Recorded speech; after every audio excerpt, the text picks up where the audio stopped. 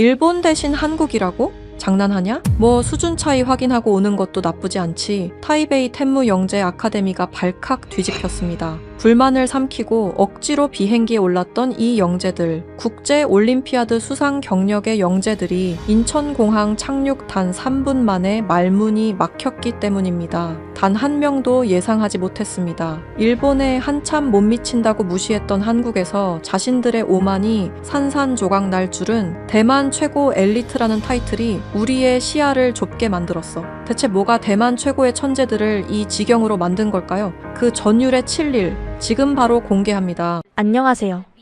제 이름은 린위저입니다. 타이베이 텐무 영재 아카데미 3학년이고 얼마 전 미국 MIT 공대 합격 통지를 받아둔 상태죠. 제가 지금부터 들려드릴 이야기는 제 인생에서 가장 부끄러웠지만 동시에 가장 짜릿했던 지난 일주일간의 기록입니다. 솔직히 말해서 이 이야기를 꺼내는 게 아직도 얼굴이 화끈거릴 만큼 창피합니다. 하지만 저처럼 우물 안개구리로 살고 있을 누군가를 위해 용기를 내어봅니다. 사건의 발단은 졸업 여행지 발표 날이었습니다. 저희 학교는 매년 졸업 여행을 실리콘밸리나 유럽의 선 연구소 같은 곳으로 갑니다. 단순한 여행이 아니라 미래의 리더로서 견문을 넓히는 필드 트립 개념이거든요. 그런데 담임 선생님의 입에서 나온 단어는 충격 그 자체였습니다. 이번 목적지는 한국이다. 서울과 판교, 그리고 비무장지대를 방문할 예정이다. 교실은 순식간에 찬물을 끼얹은 듯 조용해졌습니다. 그러다 곳곳에서 불만 섞인 탄식이 터져나왔죠. 제 짝꿍이자 둘도 없는 친구인 왕자아오가 제일 먼저 입을 열었습니다.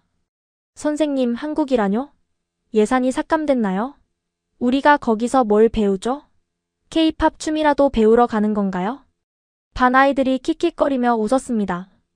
저도 자아오의 말에 동의했습니다. 한국.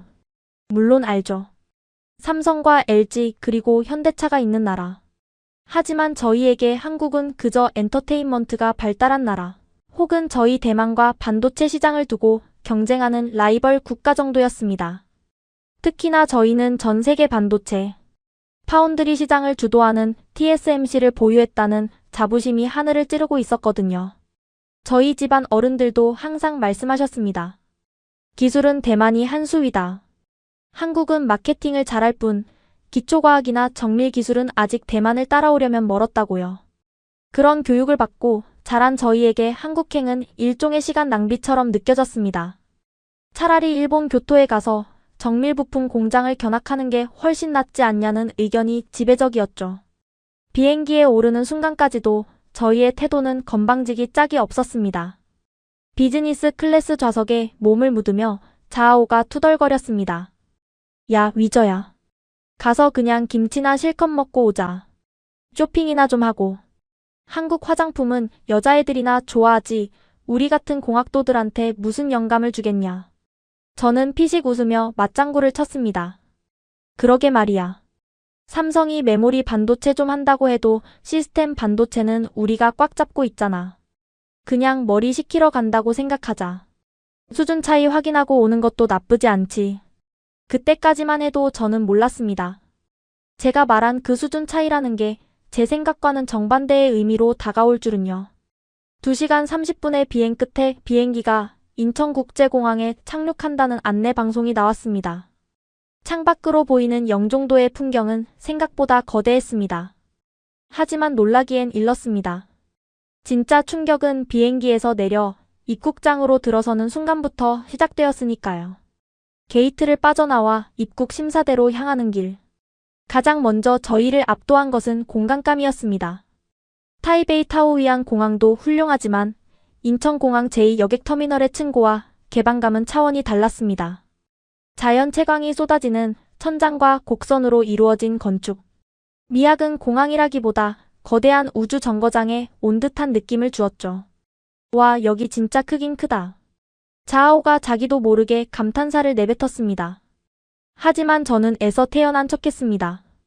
건물만 크면 뭐해. 소프트웨어가 중요하지. 운영 시스템이 엉망이면 그냥 큰 껍데기일 뿐이야. 그런데 제 말이 끝나기가 무섭게 저희 눈앞에 믿을 수 없는 광경이 펼쳐졌습니다. 입국 심사줄이 길게 늘어서 있을 거라 예상했는데 사람들은 멈추지 않고 마치 하이패스처럼 게이트를 통과하고 있었습니다. 저게 뭐야? 여권 검사 안 해? 자아오가 눈을 동그랗게 뜨고 물었습니다. 자세히 보니 스마트 패스라는 시스템이었습니다.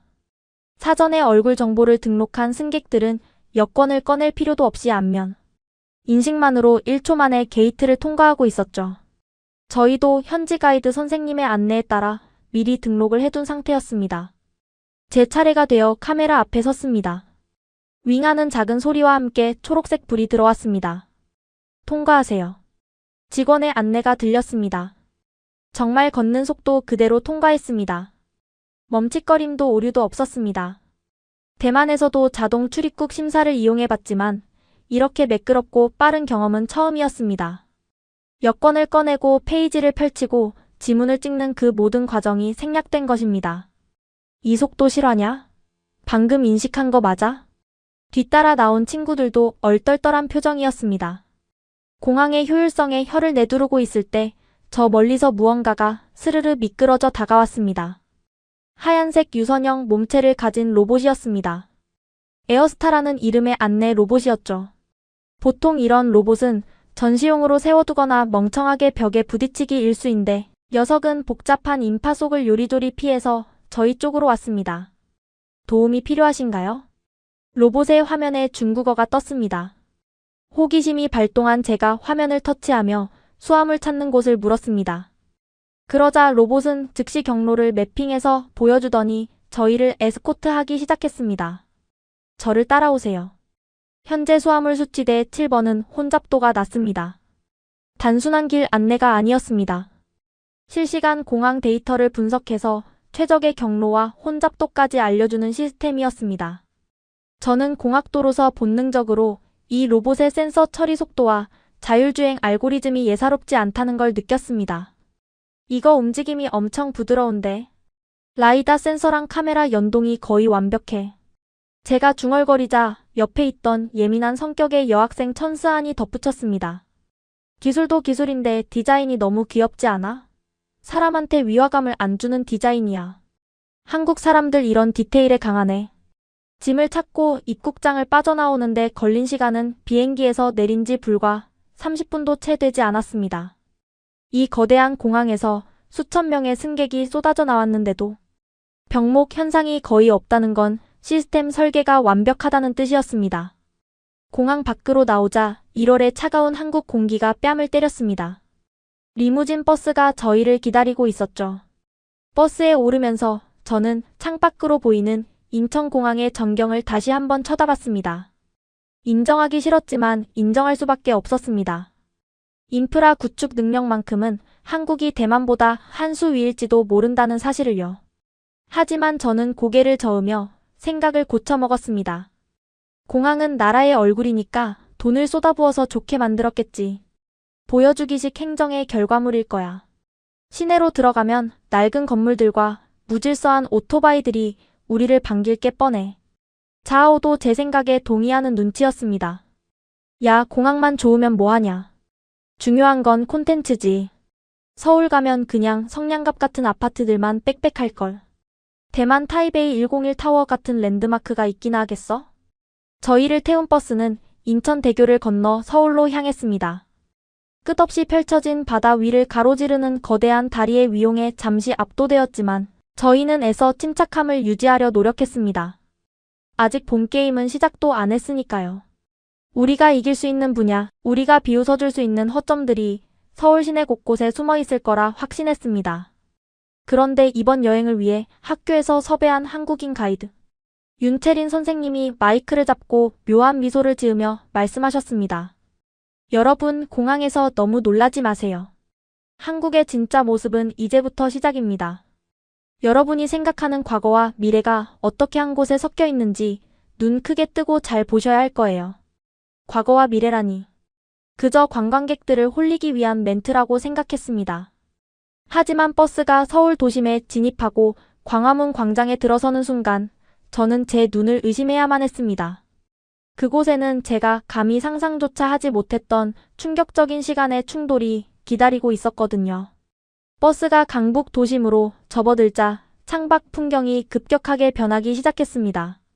저희가 예상했던 성냥갑 아파트 대신 거대한 빌딩 숲이 나타났습니다. 하지만 진짜 놀라운 건 빌딩의 높이가 아니었습니다. 그 빌딩들 사이사이에 숨겨진 기묘한 구조와 혹은 완벽한 조화였습니다. 광화문 광장에 도착했을 때는 이미 해가 뉘엿뉘엿 넘어가고 땅거미가 내려앉은 시각이었습니다. 버스에서 내리자마자 저도 모르게 탄성을 내뱉고 말았습니다. 제 눈앞에는 600년이 넘은 조선 왕조의 전궁인 경복궁이 장엄한 자태를 뽐내며 서 있었습니다. 근정전의 처마 끝에 걸린 달과 은은한 조명을 받은 단청의 색감은 그야말로 한 폭의 동양화 같았습니다. 대만에도 고궁 박물관이나 오래된 사원들이 있지만 이렇게 도심 한복판에 거대한 궁궐이 원형 그대로 보존되어 있다는 사실이 믿기지 않았습니다. 와, 저기 봐. 진짜 옛날 왕이 살던 곳 같아. 분위기 압도적인데. 스안이 눈을 반짝이며 카메라 셔터를 눌러댔습니다. 저 역시 그 고즈넉한 아름다움에 잠시 넋을 잃었습니다. 그런데 고개를 살짝 오른쪽으로 돌리는 순간 뇌리에 번개를 맞은 듯한 충격을 받았습니다. 경복궁의 흑담 너머로 완전히 다른 세상이 펼쳐져 있었기 때문입니다. 바로 KT 광화문 빌딩과 교보문고 건물을 비롯한 초현대식 마천루들이 병풍처럼 궁궐을 감싸고 있었습니다. 특히 KT 빌딩 전면을 덮은 거대한 미디어 파사드에서는 최첨단 디지털 아트가 화려하게 춤추고 있었죠. 600년 된 목조 건축물과 21세기의 LED 기술이 단 하나의 프레임 안에 들어와 있었습니다. 이게 말이 돼? 과거랑 미래가 그냥 한 공간에 섞여 있잖아. 자아오가 입을 다물지 못했습니다.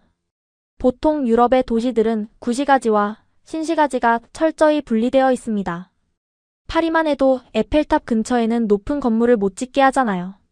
대만 역시 타이베이 101 타워 주변은 현대적이지만 올드타운은 완전히 분리되어 있죠. 그런데 서울은 달랐습니다. 마치 타임머신이 고장나서 과거와 미래가 충돌한 듯한 그러나 기묘하게 어울리는 풍경이었습니다. 가이드 체린 선생님이 저희를 이끌고 광화문 광장 중앙으로 이동했습니다. 여러분 뒤를 돌아보세요.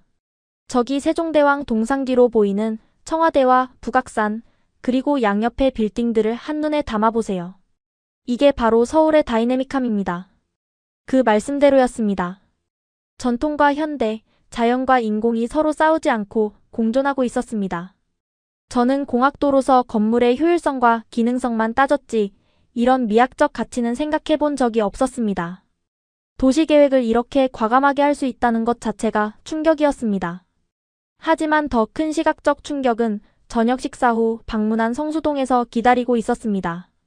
체린 선생님은 이곳이 한국의 힙한 젊은이들이 모이는 곳이라고 소개했습니다. 버스에서 내렸을 때 첫 인상은 실망스러웠습니다. 붉은 벽돌의 낡은 공장들, 녹슨 철문, 여기저기 벗겨진 페인트 자국. 뭐야, 여기 그냥 공장 지대잖아. 이런 데서 뭘 보라는 거야?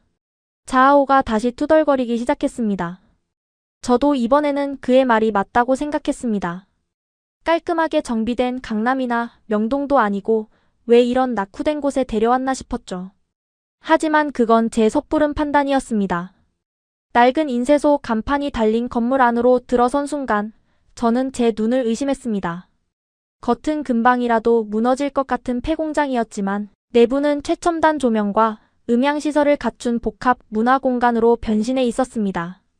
과거 신발 공장이었던 곳은 유명 브랜드의 팝업 스토어가 되어 있었고 녹슨 기계 부품들은 인테리어 소품으로 활용되어 힙한 분위기를 연출하고 있었습니다. 이건 그냥 리모델링 수준이 아니야. 공간의 기억을 살리면서 새로운 가치를 부여했어. 건축에 관심이 많은 스안이 감탄하며 말했습니다. 대만에도 낡은 건물을 개조한 카페들이 있지만 성수동의 스케일과 디테일은 차원이 달랐습니다. 특히 한 팝업 스토어에서는 증강현실 기술을 활용해 벽면에 스마트폰을 비추면 과거 공장의 작업 모습이 오버랩되어 보이는 체험을 제공하고 있었습니다. 낡은 공간에 최신 기술을 입혀서 완전히 새로운 경험을 만들어내고 있잖아. 이건 단순히 돈을 바른다고 되는 게 아니야. 기획력의 승리라고. 저는 인정하지 않을 수 없었습니다. 한국인들은 단순히 새 것을 짓는 것에 만족하지 않고 옛것을 재해석해 새로운 문화를 창조하는 데 탁월한 능력이 있었습니다. 거리에 넘쳐나는 한국의 젊은이들 또한 마찬가지였습니다. 그들의 패션은 자유분방했고 표정에는 활기가 넘쳤습니다. 누가 시키지 않아도 스스로 문화를 즐기고 소비하는 에너지가 거리 전체를 휘감고 있었습니다. 우리는 항상 TSMC의 수율이나 공정 미세와 같은 숫자 노름에만 빠져 있었어. 그런데 한국은 그 기술을 가지고 문화를 만들고 공간을 디자인하고 있네. 문득 그런 생각이 들었습니다. 기술은 인간을 위해 존재해야 한다는 뻔한 명제가 눈앞에 현실로 다가온 느낌이었습니다. 낡은 창고에서 흘러나오는 재즈 음악과 그 옆을 지나가는 자율주행 배달 로봇의 모습. 이질적인 것들이 만들어내는 하모니가 저의 꽉 막힌 사고회로를 조금씩 건드리기 시작했습니다. 호텔로 돌아오는 버스 안에서 저는 창밖으로 스쳐 지나가는 서울의 야경을 멍하니 바라보았습니다. 한강의 다리마다 켜진 조명들이 강물 위에 춤을 추고 있었습니다. 불과 몇 시간 전까지만 해도 성냥갑, 아파트나 있을 거라고 비웃었던 제 자신이 조금씩 부끄러워지기 시작했습니다. 하지만 아직 제 자존심은 완전히 꺾이지 않았습니다. 그래, 겉모습은 화려하게 잘 꾸몄네. 인정해. 문화나 디자인 감각은 우리보다 나을 수도 있어. 하지만 본질은 기술이야. 기초과학과 엔지니어링 실력은 우리가 절대 뒤지지 않아. 내일 방문할 한국의 과학고에서 진짜 실력을 겨뤄보면 알게 되겠지. 저는 주먹을 꽉 쥐었습니다. 내일은 한국의 특수목적고인 K과학 영재학교를 방문해 그곳 학생들과 공동 수업을 하는 일정이 잡혀 있었습니다. 대만 최고의 엘리트인 우리가 한국 학생들에게 진리가 없다고 확신했습니다. 수학과 코딩 실력만큼은 타의 추종을 불허한다고 자부했으니까요. 내일 본때를 보여주자. 우리가 왜 아이비리그에 가는지 증명해주는 거야. 자아오와 저는 비장한 눈빛을 교환했습니다. 그러나 저희는 꿈에도 몰랐습니다. 내일 그 교실에서 우리가 마주하게 될 것은 복잡한 수학 공식이나 현란한 코딩 기술이 아니라는 것을요. 그보다 훨씬 더 거대하고 본질적인 충격이 우리를 기다리고 있다는 사실을 말입니다. 기술적 오만함이 산산조각 나는 소리가 벌써부터 들리는 듯 했습니다. 셋째 날 아침 버스는 서울을 벗어나 경기도의 한적한 구릉지로 향했습니다. 저희가 방문할 곳은 한국 최고의 이공계 영재들이 모인다는 K과학영재학교였습니다. 솔직히 말해서 저는 조금 들떠 있었습니다. 어제 눈으로 본 한국의 외형적 발전은 인정하지만 머리싸움이라면 이야기가 다르니까요. 대만 학생들의 수학 및 과학 성취도는 국제올림피아드에서도 항상 최상위권을 다툽니다. 우리가 그들보다 못할 리 없다는 확신, 그것은 제 자존심의 마지막 보루였습니다. 학교 정문에 들어서는 순간 자아오가 휘파람을 불었습니다. 와, 여기 학교 맞아? 무슨 대기업 연구소 같은데. 건물은 세련된 노출 콘크리트와 유리가 조화를 이루고 있었고 캠퍼스 곳곳에는 학생들이 제작한 것으로 보이는 기하학적 조형물들이 놓여 있었습니다. 하지만 저는 짐짓 아무렇지 않은 척했습니다. 시설 좋다고 공부 잘하는 거 아니야. 중요한 건 저 안에 있는 학생들의 수준이지. 저희는 안내를 받아 3학년 심화탐구반 교실로 들어갔습니다. 교실 문을 열자마자 제가 생각했던 학교의 이미지는 산산조각 났습니다. 칠판과 책상이 줄지어 있는 풍경을 상상했는데 그곳은 마치 스타트업의 개발실 같았습니다. 3D 프린터가 윙윙거리며 돌아가고 있었고 한쪽 벽면은 복잡한 수식과 회로도가 적힌 화이트보드로 가득 찼습니다. 바닥에는 드론 부품과 케이블이 어지럽게 널려 있었죠. 한국 학생 4명이 저희를 맞이했습니다. 그중 리더처럼 보이는 남학생이 앞으로 나왔습니다. 류태호라는 이름의 학생이었습니다. 뿔테 안경에 헝클어진 머리, 피곤해 보이지만 눈빛만은 형형하게 살아있는 친구였습니다. 반가워. 대만에서 온 친구들이지? 기다리고 있었어. 오늘 우리 프로젝트에 대해 피드백을 주고받는 시간이라고 들었어. 태호의 영어 발음은 유창했고 태도는 여유로웠습니다. 우리는 간단한 인사를 나눈 뒤 곧바로 프로젝트 발표를 시작했습니다. 기선 제압이 필요하다고 생각한 제가 먼저 나섰습니다. 저희 팀의 주제는 도심교통신호 최적화 알고리즘이었습니다. 대만 타이베이의 복잡한 교차로 데이터를 기반으로 차량, 대기 시간을 획기적으로 줄이는 복잡한 수식을 적용한 모델이었죠. 저는 칠판에 수식을 써 내려가며 열변을 토했습니다. 보시다시피 이 알고리즘은 카오스 이론을 적용해서 변수 제어를 극대화했어. 연산 속도는 기존 대비 30% 향상되었고 서버 부하도 최소화했지. 이게 바로 기술의 효율성이라는 거야. 발표를 마치자 한국 학생들은 고개를 끄덕이며 박수를 쳤습니다. 태호가 손을 들고 질문했습니다. 대단하다. 수학적 모델링이 정말 완벽해. 그런데 위저, 이 알고리즘을 실제 신호등에 적용하려면 구형 제어 장치를 다 교체해야 하지 않아? 비용 문제가 만만치 않을 텐데. 저는 속으로 비웃었습니다. 비용 따위를 걱정하다니 엔지니어가 할 소리인가 싶었죠. 기술적 진보를 위해서라면 인프라 교체는 당연한 투자야. 최고의 성능을 내는 게 우리의 목표니까. 제 대답에 태호는 묘한 미소를 지으며 알겠다고 했습니다. 그리고 그들의 차례가 되었습니다. 태호네 팀이 들고 나온 것은 투박하게 생긴 농업용 드론이었습니다. 날개는 카본이 아닌 저렴한 플라스틱 소재였고 여기저기 테이프로 마감한 흔적이 보였습니다. 저는 실망감을 감추지 못했습니다. 겨우 저런 장난감을 보여주려고 우리를 불렀나? 태호가 발표를 시작했습니다. 우리가 만든 건 인공지능 기반의 농작물 질병 예측 드론이야. 카메라가 밭을 날아다니며 작물의 잎 색깔을 분석하고 병충해가 의심되면 농부에게 알람을 보내지. 여기엔 엣지 컴퓨팅 기술을 적용해서 인터넷이 느린 시골에서도 실시간 분석이 가능해. 기술적인 설명은 나쁘지 않았습니다.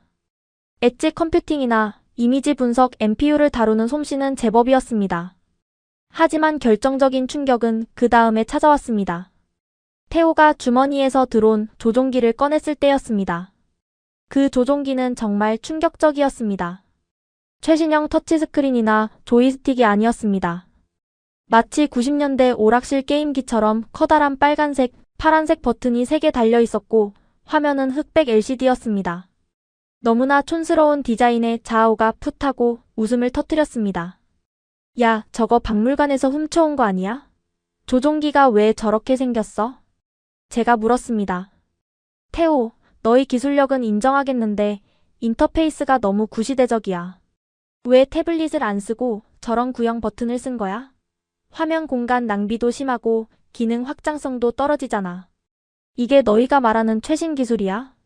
그러자 태호가 조종기를 들어 보이며 차분하게 대답했습니다. 위저, 네 말이 맞아. 태블릿이 더 예쁘고 기능도 많지. 그런데 이 드론을 누가 쓸까? 바로 시골에 계신 70대 할머니, 할아버지들이야. 그분들은 터치스크린을 어려워하셔. 겨울에 장갑을 끼고도 누를 수 있는 큰 물리 버튼, 그리고 영어가 아닌 사투리로 나오는 음성 안내가 그분들에게는 최고의 기술이야. 순간 저는 뒤통수를 한 대 세게 얻어맞은 기분이었습니다. 태호가 이어 말했습니다. 우리는 코딩을 할 때 항상 생각했어. 이 코드가 얼마나 빠른가가 아니라 이 코드가 누구를 돕는가. 사용자가 쓰지 못하는 기술은 아무리 뛰어난 알고리즘이라도 쓰레기라고 생각하거든. 우리는 기계가 아니라 사람을 위해 코딩해. 교실 안에는 정적만이 흘렀습니다. 자아오의 비웃음도 사라졌고 스아는 입을 다물지 못했습니다. 저는 얼굴이 화끈거려 견딜 수가 없었습니다. 저는 오로지 시스템의 효율, 숫자의 최적화, 그리고 나의 지적 과시에만 몰두해 있었습니다. 사용자가 누구인지, 그들이 어떤 환경에 처해 있는지는 단 한 번도 고민해 본 적이 없었죠. 태호는 쐐기를 박듯 드론의 시연 영상을 보여주었습니다. 영상 속에서 허리가 굽은 할머니가 그 투박한 조종기의 빨간 버튼을 누르자 드론이 날아올랐고 할머니가 환하게 웃으며 박수를 치고 계셨습니다. 그 미소를 보는 순간 제가 칠판에 썼던 그 복잡하고 아름다운 수식들이 한없이 초라하게 느껴졌습니다. 옆에 있던 스안이 조용히 저에게 속삭였습니다. 위저, 우리가 졌다. 인정하고 싶지 않았지만 인정해야 했습니다. 한국 학생들은 단순히 공부를 잘하는 게 아니었습니다. 그들은 기술을 바라보는 관점 자체가 달랐습니다. 우리는 상위 1%가 되기 위해 공부했지만 그들은 나머지 99%를 돕기 위해 기술을 연마하고 있었던 겁니다. 태호가 저에게 다가와 어깨를 툭 치며 말했습니다. 그래도 네 알고리즘의 변수 제어 방식은 진짜 좋았어. 나중에 우리 드론 비행 제어에도 적용해보고 싶은데 소스 코드 좀 공유해줄 수 있어? 그의 말은 비꼬는 게 아니었습니다. 진심 어린 존중이 담겨 있었습니다. 그 태도가 저를 더 부끄럽게 만들었습니다. 류태호라는 이 친구, 도대체 정체가 뭘까? 한국 고등학생들은 다 이런 생각을 가지고 사는 걸까? 저는 처음으로 제 안의 오만함에 균열이 가는 소리를 들었습니다. 점심시간 급식실로 향하는 저희의 발걸음은 무거웠습니다. 식판에 담긴 김치와 불고기가 눈에 들어오지 않았습니다. 자아오가 숟가락을 휘저으며 말했습니다. 나 좀 충격받았어. 쟤네들 우리가 생각했던 것보다 훨씬 무서운 놈들일지도 몰라. 그날 오후 내내 저는 태호의 말이 머릿속을 맴돌았습니다. 사람을 위한 기술. 그것은 교과서에는 나오지만 시험에는 나오지 않는 그러나 가장 중요한 정답이었습니다. 숫자와 수식만이 전부라고 믿었던 제 세계관에 처음으로 금이 가기 시작한 순간이었습니다. 대만에서 저를 키워낸 교육은 상위 0.1%를 향한 경쟁이었습니다. 더 빠르게, 더 정밀하게, 더 효율적으로. 그런데 태호는 그 모든 걸 뒤집어 놓았습니다. 기술의 속도보다 기술이 닿는 방향이 중요하다는 것을요. 하지만 이것은 시작에 불과했습니다. 머리로 깨달은 충격은 가슴으로 느끼는 충격에 비하면 아무것도 아니었으니까요. 그날 밤 서울의 화려한 야경 아래서 저희는 또 다른 한국의 얼굴을 마주하게 됩니다. 그리고 그 밤에 벌어진 사건은 저 린 위저의 인생관을 송두리째 바꿔놓게 됩니다. 기술적 오만함에 이어 이번에는 우리의 상식과 편견 자체가 산산조각 나는 순간이 다가오고 있었습니다. 과학고에서의 충격이 채 가시지 않은 셋째 날 밤이었습니다. 하지만 젊음이라는 건 참 묘해서 충격은 충격이고 노는 건 노는 거였죠. 저희는 호텔방에만 박혀있기 아까운 마음에 채린 선생님을 졸라 야간 자율 일정을 허락받았습니다. 목적지는 바로 여의도 한강공원. 한국 드라마에서 수없이 봐왔던 그 로망, 강변에서의 치맥을 경험해보기 위해서였습니다. 밤 11시가 넘은 시각이었지만 한강은 대낮처럼 밝고 활기찼습니다. 강바람은 시원했고 곳곳에서 버스킹 음악이 흘러나왔죠. 저희는 편의점 앞 테이블에 자리를 잡고 치킨 2마리와 맥주를 시켰습니다. 돗자리를 펴고 앉아 서울의 야경을 바라보니 낮에 느꼈던 열등감과 부끄러움이 조금은 씻겨 내려가는 듯 했습니다. 야, 솔직히 인정하자. 한강 야경은 타이베이 딴수이보다 좀 낫네. 자아오가 맥주를 들이키며 퉁명스럽게 말했습니다. 우리는 낄낄거리며 동의했습니다. 분위기에 취해 수다를 떨다 보니 시간 가는 줄 몰랐습니다. 태훈의 학교에서 받은 충격, 한국의 거리, 문화, 그리고 우리의 미래에 대해 이야기하다 보니 어느새 새벽 1시가 훌쩍 넘어가고 있었죠. 사건은 우리가 자리를 옮기려고 할 때 터졌습니다. 잠깐만. 내 가방. 내 가방 어디 갔지? 자아오가 갑자기 비명을 지르듯 소리쳤습니다.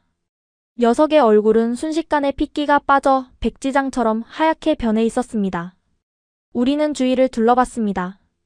우리가 치킨을 먹던 벤치, 화장실에 다녀오며 잠시 앉았던 계단, 편의점 앞 테이블. 그 어디에도 자아오의 검은색 백팩은 보이지 않았습니다. 술기운이 확 달아났습니다. 그 가방은 단순한 여행 가방이 아니었거든요. 안에는 자아오의 최신형 노트북과 태블릿, 그리고 우리 졸업 프로젝트의 원본 데이터가 담긴 외장하드, 결정적으로 이번 여행 경비로 쓰려고 환전해온 공금. 현금 300만 원과 녀석의 개인 비상금까지 합쳐 하나로 약 500만 원이 넘는 현금이 들어있었습니다. 기기값과 데이터의 가치까지 합치면 3천만 원이 넘는 말 그대로 자아오의 전 재산이나 다름없는 가방이었습니다. 미쳤어, 미쳤어. 거기에 내 포트폴리오 다 들어있다고. 백업도 안 해놨단 말이야. 자아오는 머리를 감싸쥐고 주저앉았습니다. 새벽 2시에 한강공원. 가로등이 켜져 있다고는 하지만 곳곳이 어두컴컴한 사각지대였습니다. 주변에는 술 취한 사람들, 자전거를 타는 사람들, 배달 오토바이들이 쉴 새 없이 오가고 있었죠. 누가 가져간 게 분명해. 아까 화장실 갈 때 벤치에 그냥 두고 왔잖아. 벌써 30분이 지났다고. 여긴 공원이라 CCTV도 없을 텐데 이걸 어떻게 찾아. 스안이 울먹이며 소리쳤습니다. 저 역시 절망적이었습니다. 한국이 아무리 치안이 좋다고 선전해도 여기는 수많은 불특정 다수가 오가는 야외 공원입니다. 게다가 현금 뭉치가 들어있는 명품 브랜드 가방을 주인도 없이 덩그러니 놔뒀다면 가져가지 않을 사람이 세상 어디에 있겠습니까? 대만이었다면, 아니 뉴욕이나 파리였다면 3분도 안 돼서 사라졌을 게 분명했습니다. 야, 정신 차려. 일단 채린 선생님께 전화해. 저는 떨리는 손으로 윤채린 선생님께 전화를 걸었습니다. 자초지종을 설명하자 선생님은 놀랄 만큼 차분한 목소리로 말씀하셨습니다. 위저야, 진정해. 일단 너희가 마지막으로 있었던 곳이 어디야? 배달존 2구역 근처? 알겠어. 거기로 다시 가봐. 나도 금방 갈게. 선생님, 경찰에 신고부터 해야 하는 거 아니에요? 누가 벌써 훔쳐가서 달아났으면 어떡해요? 제가 다급하게 외쳤지만 선생님은 단호했습니다. 한국에서는 그렇게 쉽게 남의 물건에 손대지 않아.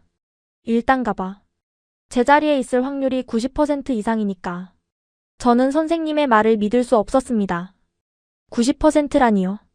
새벽 2시에 현금이 든 가방을 길바닥에 버려두고 왔는데 그대로 있을 확률이요? 그건 확률이 아니라 기적에 가까운 일이었습니다. 한국 사람들의 자부심이 도를 넘었다고 생각했습니다. 우리는 미친 사람들처럼 공원을 뛰어다녔습니다. 자아오는 이미 반쯤 넋이 나가서 중얼거렸습니다. 끝났어. 내 MIT 입학은 끝났어. 그 데이터 없으면 졸업 논문 못 써. 엄마한테 뭐라고 해. 우리가 마지막으로 머물렀던 배달존 근처 벤치로 달려갔습니다. 멀리서 벤치가 보였습니다. 그런데 벤치 주변에 험상궂게 생긴 배달 라이더 한 분이 오토바이를 세워두고 서 있는 게 보였습니다. 헬멧을 쓰고 검은색 마스크로 얼굴을 가린 채 무언가를 주시하고 있었죠. 야, 저 사람이야. 저 사람이 내 가방 보고 있어. 자아오가 소리치며 달려들 기세였습니다. 저도 순간적으로 저 라이더가 가방을 훔치려다가 우리가 오는 걸 보고 망설이는 거라고 확신했습니다. 우리는 숨을 헐떡이며 그 앞까지 뛰어갔습니다. 가까이 다가가자 라이더분이 저희를 쳐다봤습니다. 덩치가 크고 문신토시를 하고 있어 솔직히 겁이 났습니다. 그런데 그분이 헬멧 바이저를 올리며 퉁명스럽게 하지만 정확한 발음으로 영어로 물었습니다. 이거 니들 가방이야? 그분의 손가락이 가리킨 곳. 벤치 위에는 자아오의 검은색 백팩이 우리가 30분 전 던져둔 그 모양 그대로 1cm도 움직이지 않은 채 얌전히 놓여 있었습니다. 네, 제 거예요.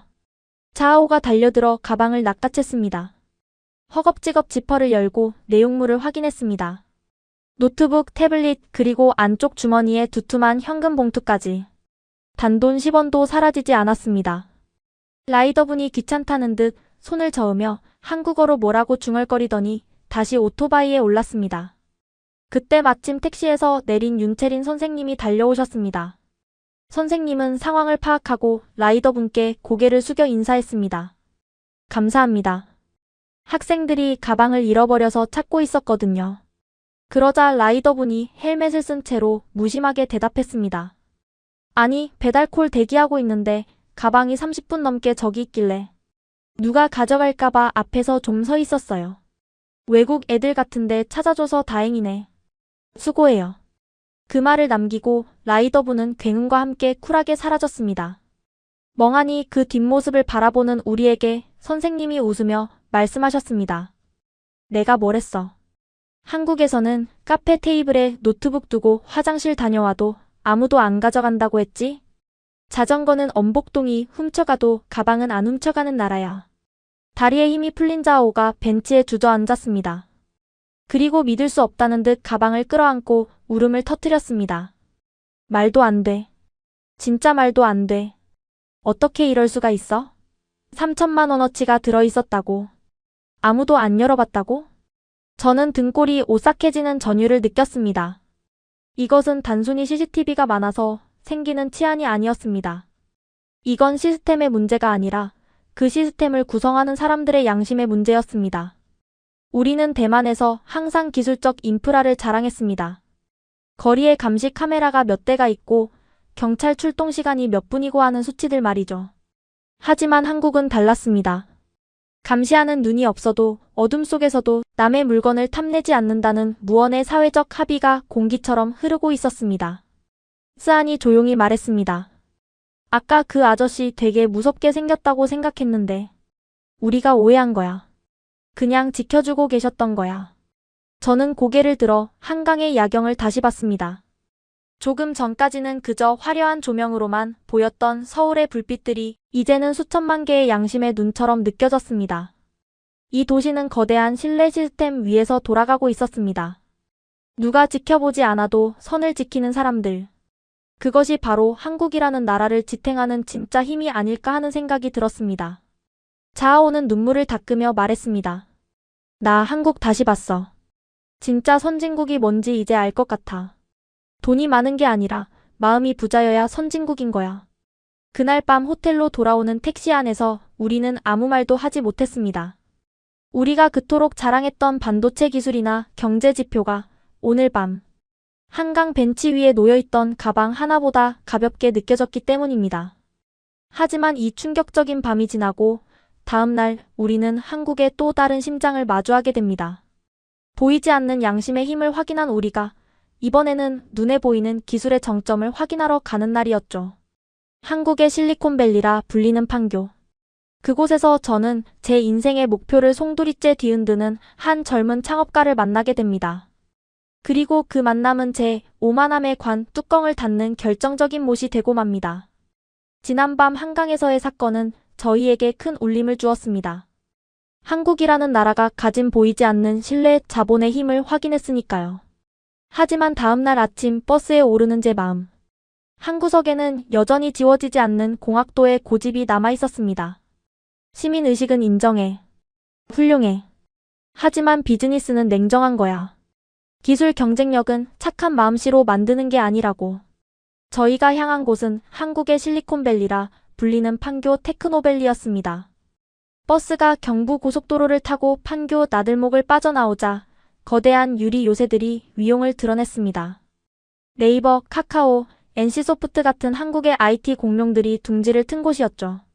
건물의 디자인은 미래지향적이었고 점심시간 거리에 쏟아져 나온 사람들의 목에는 하나같이 사원증이 걸려 있었습니다. 그들의 걸음걸이는 빨랐고 눈빛은 살아있었습니다.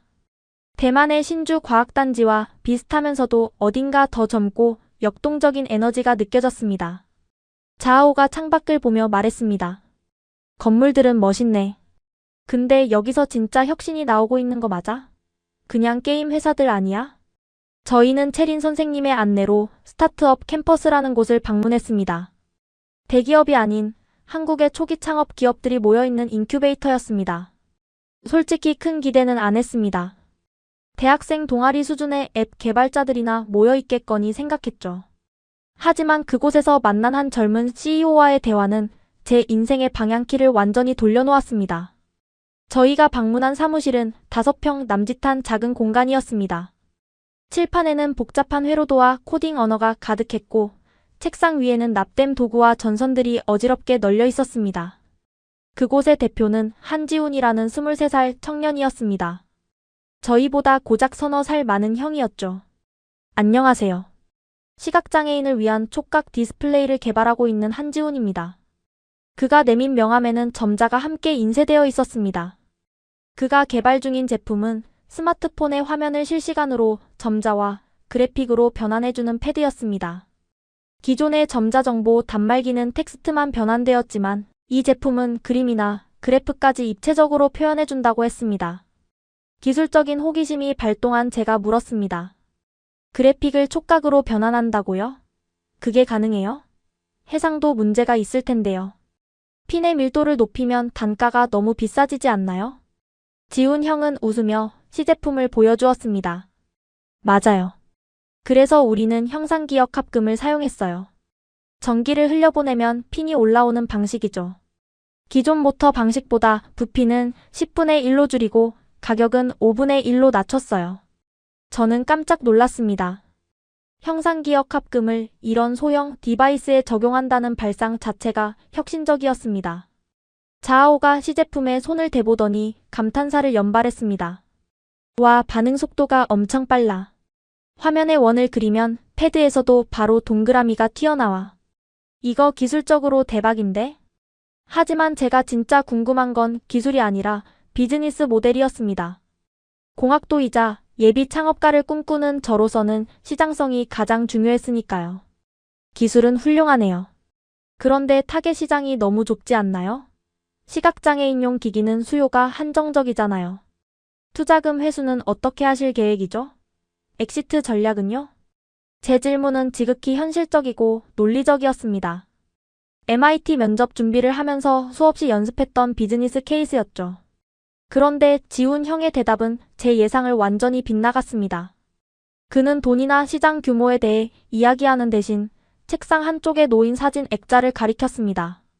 그곳에는 선글라스를 낀 어린 소녀와 함께 웃고 있는 그의 모습이 담겨 있었습니다. 제 여동생이에요. 5년 전에 사고로 시력을 잃었죠. 동생이 어느 날 그러더군요. 오빠, 나도 웹툰이 보고 싶어.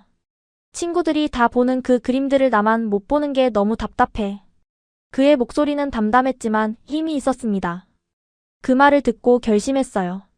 내 기술로 동생에게 세상을 다시 보여주자고. 시장 규모요? 중요하죠. 회사가 망하면 안 되니까요. 하지만 저는 이 기술이 단 한 명, 제 동생 같은 사람에게라도 닿아서 그들의 삶을 바꿀 수 있다면 그걸로 성공이라고 생각해요. 돈은 가치를 만들면 따라오는 거라고 믿거든요. 순간 저는 망치로 머리를 얻어맞은 듯한 기분이었습니다. 저는 지금까지 무엇을 위해 공부했을까요? 더 좋은 대학, 더 높은 연봉, 더 인정받는 지위. TSMC나 엔비디아 같은 글로벌 기업에 들어가서 억대 연봉을 받는 것이 제 유일한 목표였습니다. 기술은 저에게 성공을 위한 도구일 뿐이었습니다. 그런데 눈앞에 이 한국 청년은 달랐습니다. 그에게 기술은 사랑을 실현하는 도구이자 누군가의 결핍을 채워주는 따뜻한 손길이었습니다. 좁은 사무실, 컵라면이 쌓여있는 책상, 밤샘으로 충혈된 눈. 하지만 그의 눈빛은 제가 본 그 어떤 실리콘밸리의 거물들보다 빛나고 있었습니다. 옆에 있던 스안이 조용히 눈물을 훔쳤습니다. 냉소적이던 자아오조차 숙연해진 표정으로 시제품을 어루만지고 있었습니다. 형, 이거 진짜 멋져요. 우리가 배운 기술이 이렇게 쓸 수 있다는 걸 처음 알았어요. 자아오의 말에 지훈 형이 환하게 웃으며 대답했습니다. 고마워요. 한국에는 저 같은 창업가들이 많아요. 청각장애인을 위한 자막 안경을 만드는 팀도 있고 거동이 불편한 어르신을 위한 입는 로봇을 만드는 팀도 있죠. 우리는 경쟁하기보다 서로의 문제를 해결해 주려고 노력해요. 그게 판교의 문화거든요. 사무실을 나오면서 저는 판교의 빌딩 숲을 다시 올려다보았습니다. 처음 도착했을 때 느꼈던 그저 화려하기만 했던 유리 건물들이 이제는 다르게 보였습니다. 저 수많은 불빛 아래에서 누군가는 돈이 아니라 사람을 위해 밤을 지새우고 있겠구나. 이 나라의 기술 발전 속도가 빠른 이유는 단순히 머리가 좋아서가 아니라 가슴이 뜨겁기 때문이 아닐까. 제 짝꿍 자아오가 제 어깨를 툭 치며 말했습니다. 위저야, 나 좀 쪽팔리다. 아까 내가 시장성 따지던 거 생각하면 쥐구멍에라도 숨고 싶어. 나도 그래. 우리는 너무 숫자만 보고 살았던 것 같아. 저희는 그날 저녁 판교의 한 식당에서 늦은 저녁을 먹으며 열띤 토론을 벌였습니다. 우리가 가진 지식으로 대만의 어떤 사회 문제를 해결할 수 있을까에 대해서요. 처음으로 연봉 이야기가 아닌 가치에 대한 이야기를 나눈 밤이었습니다. 하지만 한국이 저희에게 줄 가르침은 여기서 끝이 아니었습니다. 머리로 이해한 기술의 따뜻함을 다음 날 저희는 온몸으로, 그것도 가장 절박한 상황에서 체험하게 됩니다. 여행 엿새째 날 가장 섬세하고 조용한 친구 천스안에게 예기치 못한 생명의 위기가 닥쳐왔기 때문입니다. 응급실이라는 가장 긴박한 공간에서 저희는 한국 시스템의 정점을, 그리고 그 시스템을 움직이는 인간의 절정을 목격하게 됩니다. 과연 저희는 무사히 대만으로 돌아갈 수 있었을까요? 판교에서의 감동이 채 가시지 않은 엿새째 날이었습니다. 이날은 별다른 일정 없이 자유롭게 서울을 둘러보는 날이었죠. 저희는 홍대와 명동을 돌아다니며 길거리 음식도 사 먹고 쇼핑도 하며 모처럼 고등학생다운 시간을 보냈습니다. 사건은 저녁 8시쯤 터졌습니다. 호텔 근처 퓨전 한식당에서 저녁을 먹던 중이었습니다. 스안이 갑자기 목을 극적이며 불편한 표정을 지었습니다. 나 목이 좀 간지러운 것 같아. 숨쉬기가 좀 답답하고. 처음엔 대수롭지 않게 생각했습니다. 그런데 불과 5분도 지나지 않아 스안의 얼굴이 벌겋게 부어오르더니 쌕쌕거리는 거친 숨소리를 내기 시작했습니다. 식은 땀을 비 오듯 흘리며 의자에서 스르르 미끄러져 내렸죠. 야, 스안. 왜 그래? 정신 차려. 제가 소리쳤지만 스안은 이미 말을 제대로 읽지 못했습니다. 입술은 파랗게 질려가고 있었고 눈은 초점을 잃어가고 있었습니다. 아나필락시스 쇼크였습니다. 나중에 알고 보니 소스에 들어간 아주 미세한 견과류 성분에 반응한 것이었습니다. 대만에서도 한 번 겪은 적이 있었는데 그때는 에피네프린 주사를 바로 맞아서 괜찮았지만 지금은 주사기도 없었고 말도 통하지 않는 외국이었습니다. 어떡해. 구급차 불러야 해. 자아오가 패닉에 빠져 소리쳤습니다. 식당 직원들이 달려왔고 누군가 119에 신고하는 소리가 들렸습니다. 저는 눈앞이 캄캄했습니다. 여기서 구급차가 얼마나 빨리 올 수 있을까? 한국의 응급실은 외국인을 받아주기나 할까? 거절당하면 어떡하지? 온갖 공포스러운 생각이 머릿속을 뒤집어 놓았습니다. 스안이 제 손을 꽉 잡았습니다. 손이 얼음장처럼 차가웠습니다. 위저. 나. 숨이. 안 쉬어. 그 짧은 순간이 1년처럼 느껴졌습니다. 그런데 식당 문 밖에서 사이렌 소리가 들린 건 신고한 지 불과 5분도 지나지 않아서였습니다. 주황색 유니폼을 입은 구급대원들이 들이닥쳤습니다. 그들은 망설임 없이 스안의 상태를 확인하더니 산소 마스크를 씌우고 능숙하게 들것에 실었습니다. 아나필락시스 의심 환자. 기도 확보해. 보호자분 같이 타세요. 저와 자아오는 엉겁결에 구급차에 올라탔습니다. 구급차 안에서도 대원들은 쉴 새 없이 스안의 활력 징후를 체크하고 무전으로 병원과 소통했습니다. 그들의 눈빛은 침착하면서도 긴박했습니다. 외국인이라서 당황하거나 주저하는 기색은 전혀 없었습니다. 그저 눈앞에 살려야 할 환자가 있다는 사실 하나에만 집중하는 프로들이었습니다. 도착한 곳은 서울의 한 대학병원 응급실이었습니다. 문이 열리자마자 의료진들이 달려 나와 스안을 인계받았습니다. 드라마에서나 보던 긴박한 상황이 제 눈앞에서 펼쳐졌습니다. 환자분 견과류 알레르기 있나요? 에피네프린 투여 준비하세요. 의사 선생님이 영어로 저에게 빠르게 질문했습니다. 저는 알고 있는 병력을 더듬거리며 설명했습니다. 선생님은 제 말을 경청하며 동시에 처치를 지시했습니다. 스안의 옷을 자르고 주사를 놓고 모니터를 연결하는 모든 과정이 마치 정교한 기계가 움직이는 것처럼 일사불란했습니다. 30분쯤 지났을까요? 의사 선생님이 땀을 닦으며 저희에게 다가왔습니다. 다행히 기도가 막히기 전에 조치를 취해서 고비는 넘겼습니다. 지금은 안정 상태예요. 조금만 늦었어도 위험할 뻔했습니다. 다리에 힘이 풀려 그 자리에 주저앉았습니다. 자아오는 안도의 눈물을 쏟기 시작했습니다. 선생님은 그런 자아오의 어깨를 토닥여주며 따뜻하게 말씀하셨습니다. 많이 놀랐죠?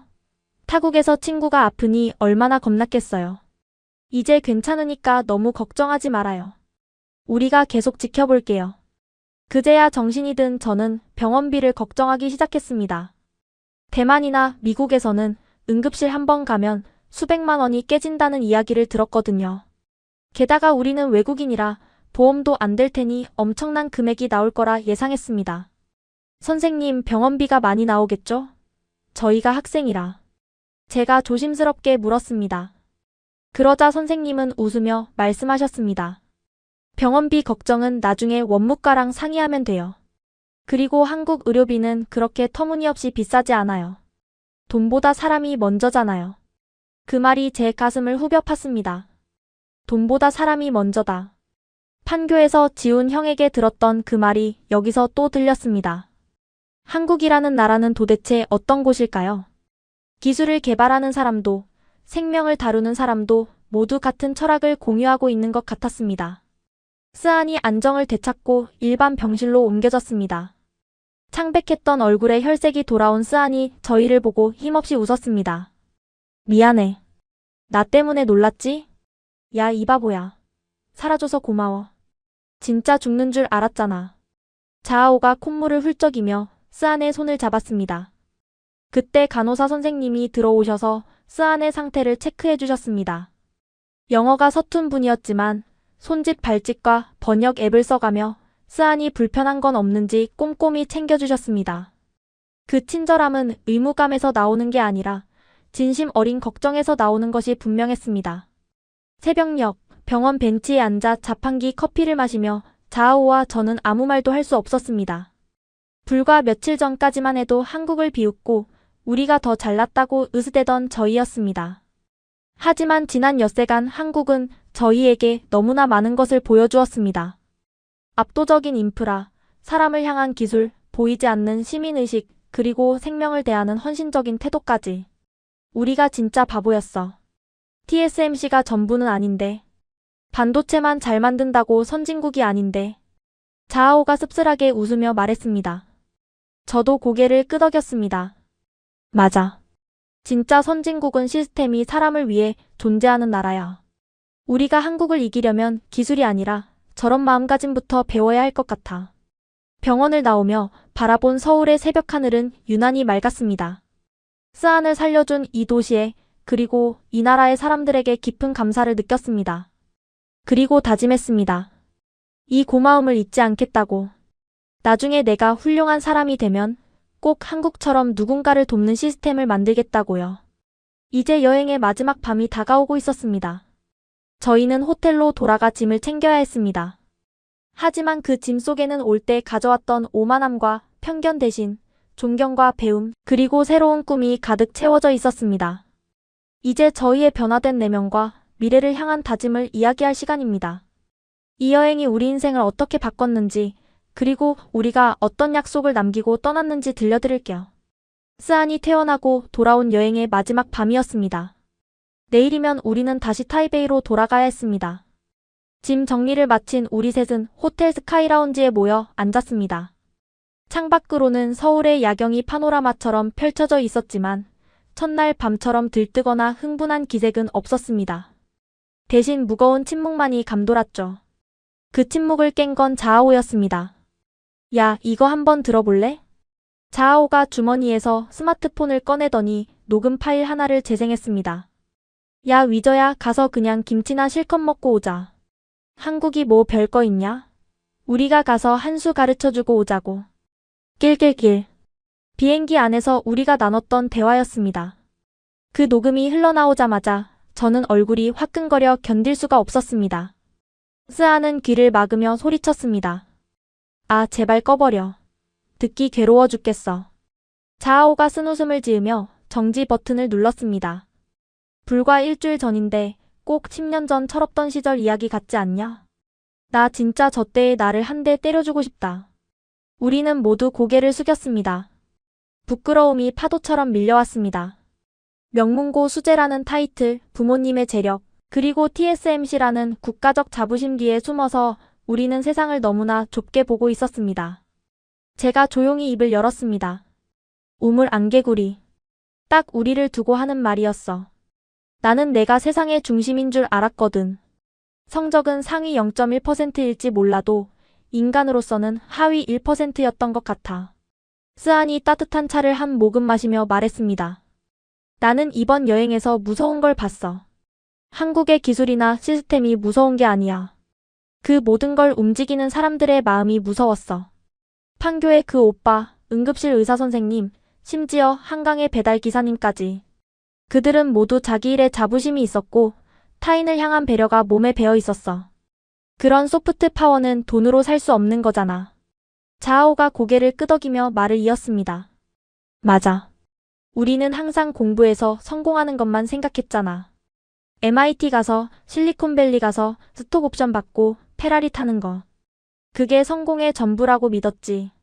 그런데 태호나 지훈이 형을 보면서 처음으로 의문이 들었어. 나는 대체 무엇을 위해 공부하는 걸까? 우리는 무엇을 위해 공부하는가? 그 질문이 라운지의 공기를 무겁게 눌렀습니다.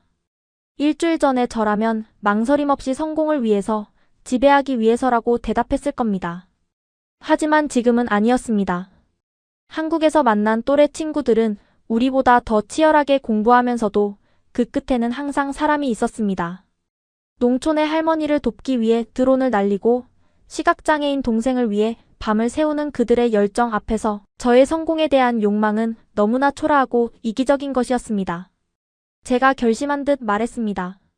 나 꿈이 바뀌었어. 친구들이 저를 쳐다봤습니다. 그냥 기술만 좋은 엔지니어는 안 될 거야. 태우가 말했던 것처럼 사용자의 마음을 읽는 엔지니어가 되고 싶어. 그리고 지훈이 형처럼 세상의 문제를 해결하는 비즈니스를 하고 싶어. 돈은 그 다음에 따라오는 거겠지. 자아오도 주먹을 쥐며 말했습니다. 나도.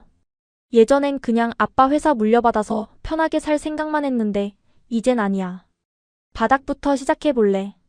그리고 한국 친구들이랑 경쟁만 할 게 아니라 협력도 해보고 싶어. 우리가 가진 하드웨어 기술이랑 한국의 소프트웨어 아이디어가 합쳐지면 진짜 세상을 바꿀 수 있지 않을까? 스안이 환하게 웃으며 말했습니다. 너희 둘 다 진짜 많이 변했다. 나도 그래.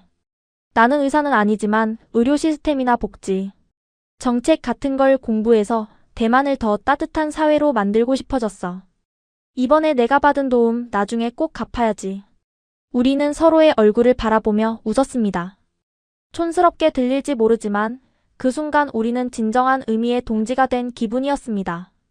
성적을 두고 경쟁하는 라이벌이 아니라 같은 곳을 바라보며 함께 성장해 나갈 파트너로서 말이죠. 창밖에 서울타워가 붉게 빛나고 있었습니다. 일주일 전 저 불빛을 보며 성냥갑 아파트라고 비웃었던 제가 떠올랐습니다. 하지만 지금 제 눈에 비친 서울은 치열하지만 따뜻하고 빠르지만 정이 넘치는 배울 것이 너무나 많은 거대한 교과서였습니다. 자아오가 잔을 들어 올리며 말했습니다. 건배하자. 우리의 흑역사를 청산하고 새로운 시작을 위해서. 우리는 콜라잔을 부딪혔습니다. 쨍하는 소리와 함께 우리의 오만함도 편견도 깨져나갔습니다.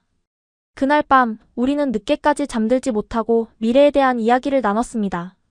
한국 대학생들과의 교류 프로젝트를 만들어보자. 방학 때 다시 와서 스타트업 인턴을 해보자. 태온의 팀을 대만으로 초대하자 등등. 우리의 대화는 더 이상 비웃음이나 냉소가 아닌 희망과 열정으로 가득 차 있었습니다. 다음날 아침 체크아웃을 하고 로비로 내려왔을 때 윤채린 가이드 선생님이 환한 미소로 저희를 반겨주셨습니다. 얼굴들이 많이 좋아졌네? 첫날이랑은 딴판인걸? 네, 선생님. 저희 다시 태어난 기분이에요. 한국이 저희를 사람 만들었네요. 제가 너스레를 떨자 모두가 웃음을 터뜨렸습니다. 버스에 짐을 싣고 공항으로 향하는 길. 차창 밖으로 지나가는 한강의 물결이 유난히 반짝였습니다. 안녕 서울. 안녕 나의 오만함. 속으로 작별 인사를 건넸습니다. 하지만 이것이 끝이 아니라는 걸 직감했습니다.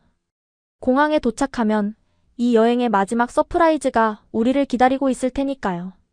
우리가 한국에 남기고 가는 것이 단순히 추억만이 아니라는 것을, 그리고 우리가 가져가는 것이 단순한 깨달음 이상이라는 것을 증명해줄 누군가가 그곳에 있었습니다. 인천공항 제2여객터미널 출국장. 일주일 전 우리가 처음 도착해서 천장이 높다느니, 로봇이 신기하다느니 떠들썩하게 평가지를 해대던 바로 그 장소였습니다. 하지만 지금 공항에 들어선 저희의 모습은 그때와는 사뭇 달랐습니다. 발걸음은 조심스러웠고 표정에는 아쉬움이 가득했습니다. 이제 진짜 가는구나. 자아오가 한숨 섞인 목소리로 말했습니다. 티켓팅을 하고 수화물을 붙이면서도 우리는 자꾸만 뒤를 돌아봤습니다. 마치 두고 온 것이 있는 사람처럼 말이죠. 사실 두고 온 게 맞았습니다. 우리의 오만함은 한강에 던져버리고 왔지만 마음은 아직 서울 어딘가에 머물러 있었으니까요. 출국 심사대로 향하려던 찰나였습니다. 린위저. 왕자오. 저 멀리 인파 속에서 누군가 우리 이름을 부르는 소리가 들렸습니다. 잘못 들었나 싶어 고개를 돌렸는데 믿을 수 없는 광경이 보였습니다. 숨을 헐떡이며 뛰어오는 뿔테 안경의 남학생. 바로 K과학영재학교의 류태호였습니다. 그리고 그 뒤로 함께 수업했던 한국 친구들 서너 명이 땀범벅이 된 채 달려오고 있었습니다. 태호.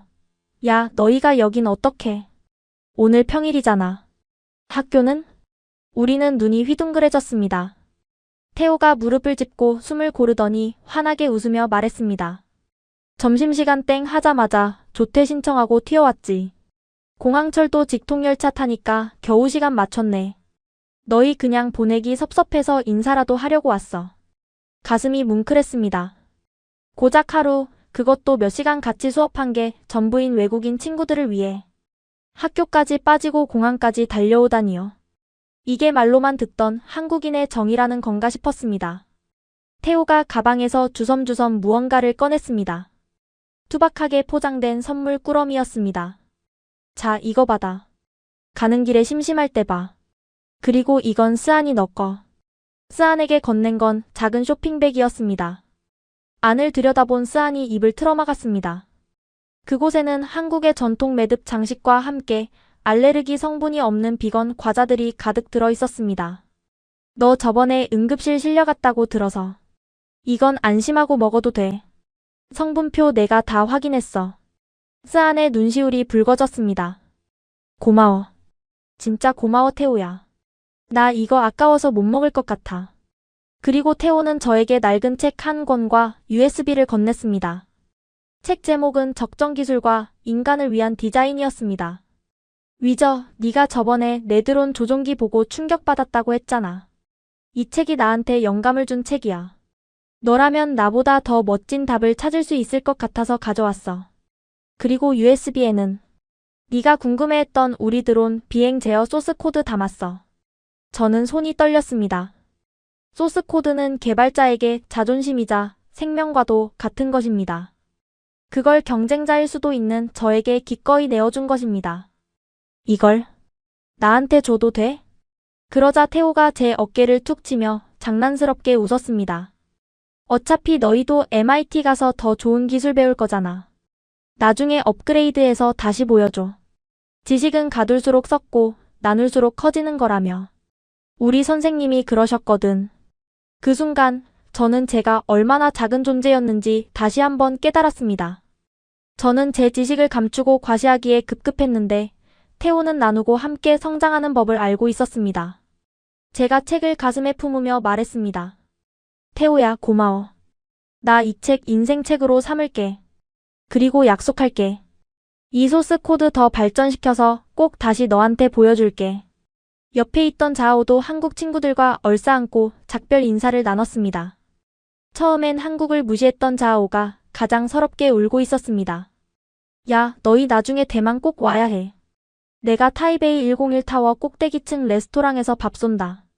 망고 빙수도 사줄게. 태호가 손을 내밀었습니다. 위저, 우리는 이제 라이벌인 거 알지? 나중에 실리콘밸리에서 만나든 어디서 만나든 절대 안 봐준다. 저는 태호의 손을 꽉 잡았습니다. 그리고 힘주어 말했습니다. 아니, 우리는 라이벌이 아니야. 응? 우리는 파트너야. 네가 가진 따뜻한 마음이랑 내가 가진 기술이 합쳐지면 우린 세상 못 바꿀 게 없어. 그러니까 우리 꼭 다시 만나서 같이 일하자. 태호의 눈이 커지더니 이내 환한 미소로 번졌습니다. 그래, 파트너. 그 말 진짜 멋지다. 약속한 거다. 출국장 게이트가 열리고 안내방송이 나왔습니다. 이제 정말 헤어져야 할 시간이었습니다. 우리는 아쉬움에 자꾸만 뒤를 돌아보며 손을 흔들었습니다. 잘 가. 꼭 연락해. 한국 친구들의 목소리가 점점 멀어졌지만 그들이 보여준 진심은 제 가슴속에 깊이 박혔습니다. 보안 검색대를 통과하고 면세구역으로 들어왔을 때 스안이 눈물을 닦으며 말했습니다. 나 한국이 그리울 것 같아. 이렇게 헤어지는 게 힘들 줄은 몰랐어. 비행기에 탑승해 좌석에 앉았습니다.